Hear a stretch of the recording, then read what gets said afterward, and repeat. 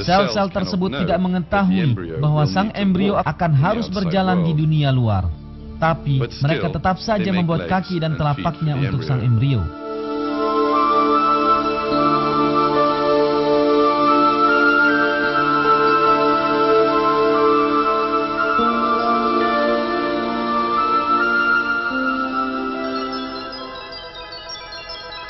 Anda kini sedang menyaksikan wajah manusia berumur 4 minggu.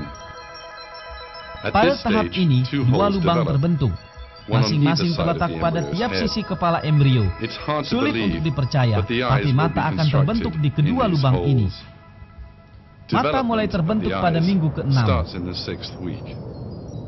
Sel-sel tersebut bekerja dalam sebuah perencanaan yang sulit dipercaya selama beberapa bulan, dan satu demi satu membentuk bagian-bagian berbeda yang membentuk mata. Sebagian sel membentuk kornea, sebagian pupil, dan sebagian yang lain membentuk lensa. Masing-masing sel berhenti ketika mencapai batas akhir dari daerah yang harus ia bentuk. Dan mata, yang mengandung 40 komponen yang berbeda, terbentuk tanpa cacat.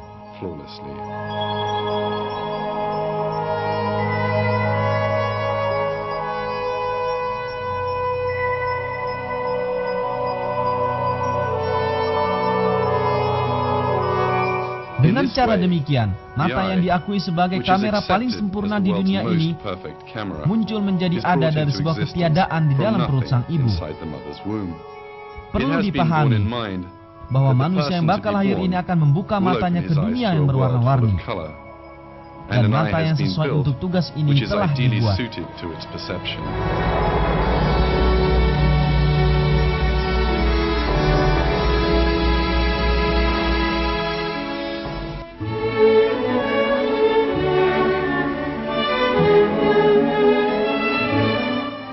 Suara yang akan didengar oleh bayi yang belum lahir ini, dan musik yang akan didengarnya juga telah diperhitungkan. Telinga yang akan mendengarkan musik tersebut juga dibentuk dalam perut sang ibu. Sel-sel tersebut membentuk alat penerima suara terbaik di dunia.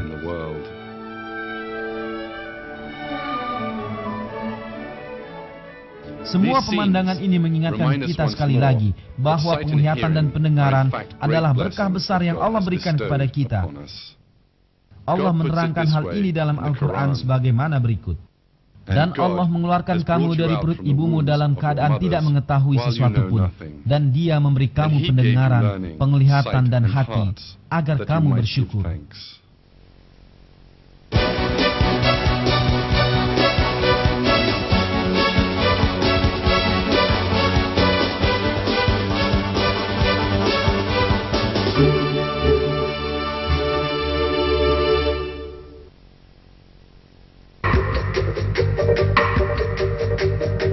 Segala informasi yang hingga kini telah kami sampaikan, yakni tentang pertumbuhan dan perkembangan embrio dalam rahim sang ibu, diperoleh dari penelitian ilmiah selama 30-40 tahun terakhir. Dan informasi baru ini telah membantu memahami keajaiban-keajaiban baru lain dalam Al-Quran.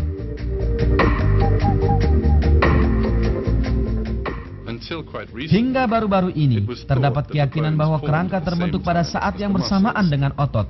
Tetapi penelitian terakhir telah mengungkap kebenaran yang sebelumnya tidak diketahui manusia.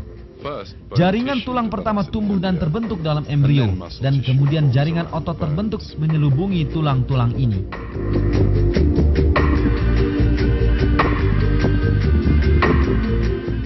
Hal yang menarik adalah bahwa fakta yang baru ditemukan ini ternyata telah dinyatakan 1400 tahun yang lalu dalam Al-Quran. Kemudian air mani itu kami jadikan segumpal darah. Lalu segumpal darah itu kami jadikan segumpal daging. Dan segumpal daging itu kami jadikan tulang belulang. Lalu tulang belulang itu kami bungkus dengan daging. Kemudian kami jadikan dia makhluk yang berbentuk lain. Maka maha sucilah Allah, pencipta yang paling baik.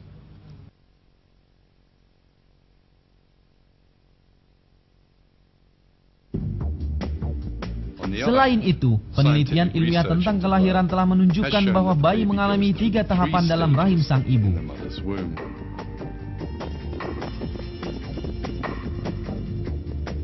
Fakta ini diuraikan dalam buku pelajaran embriologi, Basic Human Embryology, sebagaimana berikut.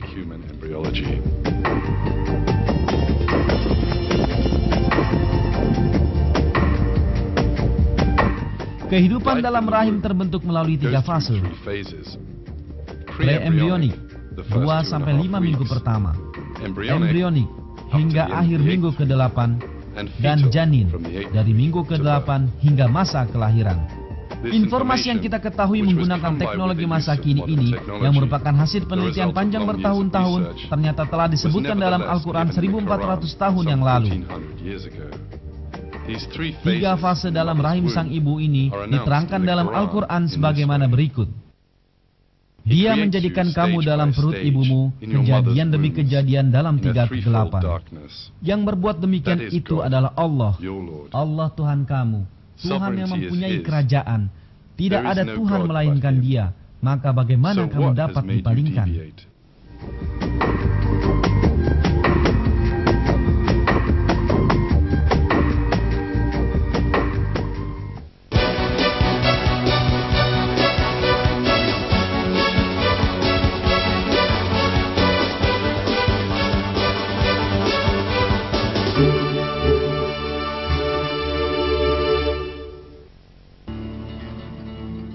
Instrumen yang kini Anda saksikan di layar adalah alat medis dengan teknologi paling mutakhir di dunia.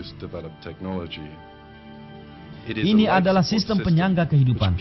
Mereka yang berada dalam perawatan intensif terhubungkan dengan alat ini. Tapi teknologi sebanyak ini sama sekali kalah ketika dibandingkan dengan sebuah peralatan canggih lainnya.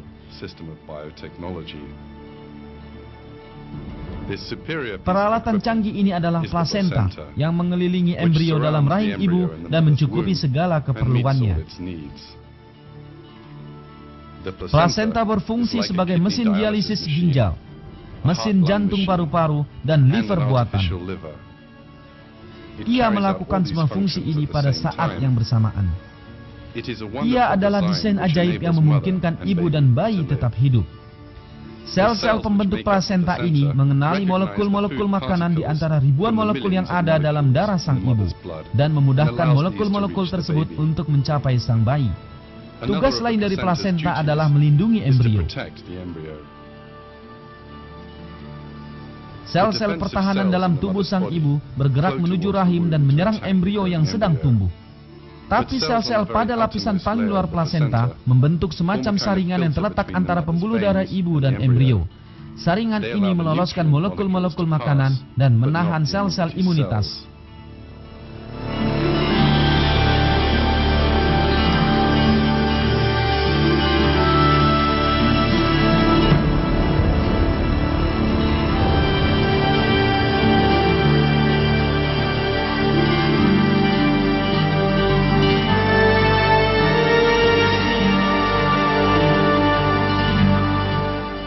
Jika pekerjaan memikirkan dan mencukupi kebutuhan embrio yang sedang tumbuh ini diberikan kepada manusia dan bukan pada plasenta, maka embrio tersebut akan mati dalam beberapa menit saja.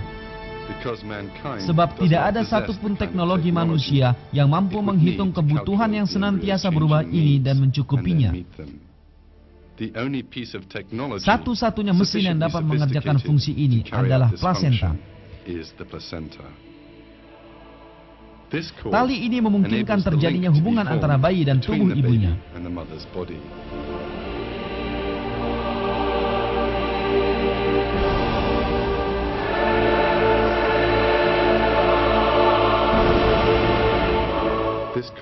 Tali yang dipotong dan dibuang setelah kelahiran ini merupakan sebuah keajaiban desain dan melakukan tugas penting selama 9 bulan.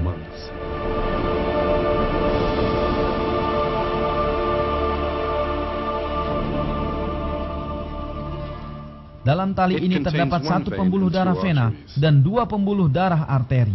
Pembuluh vena membawa makanan dan oksigen ke embrio. Dengan demikian, sang embrio tidak tenggelam meskipun ia hidup dalam lingkungan yang dipenuhi cairan, termasuk paru-parunya yang penuh dengan air. Ia tidak mati, sekalipun sistem pencernaannya belum terbentuk dan ia tidak dapat makan.